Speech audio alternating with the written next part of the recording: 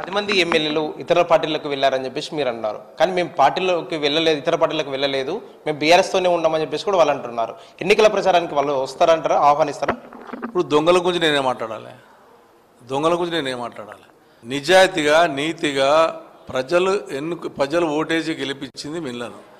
ధైర్యం ఉంటే ధైర్యం ఉంటే కండ వేసుకొని జెండా వేసుకొని తిరగండి. లేదు మీకు చేత కాదు మేము దొంగలం అనుకుంటే కాంగ్రెస్ కండ వేసుకొని తిరగండి. గదేయండి.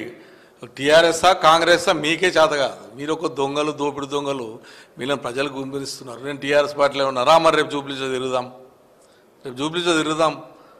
మన మిత్రుడే కదా చనిపోయింది, మనందరి మిత్రుడే కదా, మనం అందరం టీఆర్ఎస్ పార్టీ గెలిచాం కదా, రండి 10 మంది రండి తిరుగుదాం.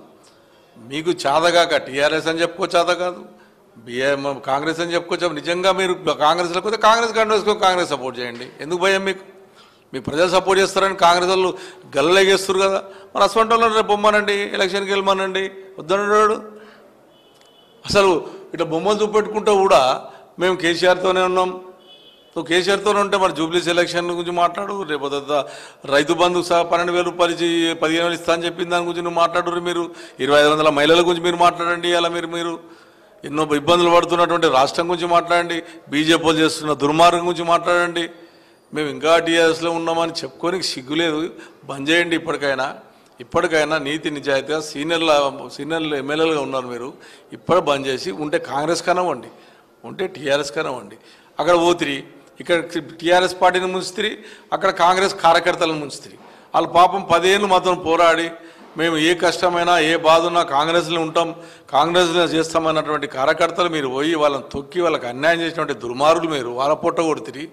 ఇక్కడ టీఆర్ఎస్ పార్టీ వీళ్ళగా పొట్ట కొడుతురి. మీ లబ్ధి కొరకు మీ సొంతం కొరకు పోయినటువంటి మీరు ఇలా మర్చిపోయి ఇప్పటికైనా తెలివి తెచ్చుకొని జూబ్లీస్ ఎలక్షన్లో మాకు సపోర్ట్ చేసే ప్రయత్నం చేయండి. వచ్చి తిరగండి. లేదనంటే కాంగ్రెస్ కండ వేసుకొని తిరగండి. మీరు ఏడుంటేంది, మీరు ఉంటేది పోతేంది. మాకు మేము ఎప్పుడో అనుకున్నాం మీరు దరిద్రులు పోయింది, దరిద్రం పోయింది దొంగలని. ఇప్పటికైనా సిగ్గు చేరం అనుకున్న కొడుకులు ఎవడైనా సరే మేము టీఆర్ఎస్ పార్టీలో ఉన్నామని చెప్పినటువంటి దొంగ ఎవడైతే ఉన్నారో రమ్మన్నాడు, జూబ్లీస్లో తిరగమన్నాడు. అప్పుడు మంచు నేను మోగోని రా చెప్పుకోనికి ఉంటుంది.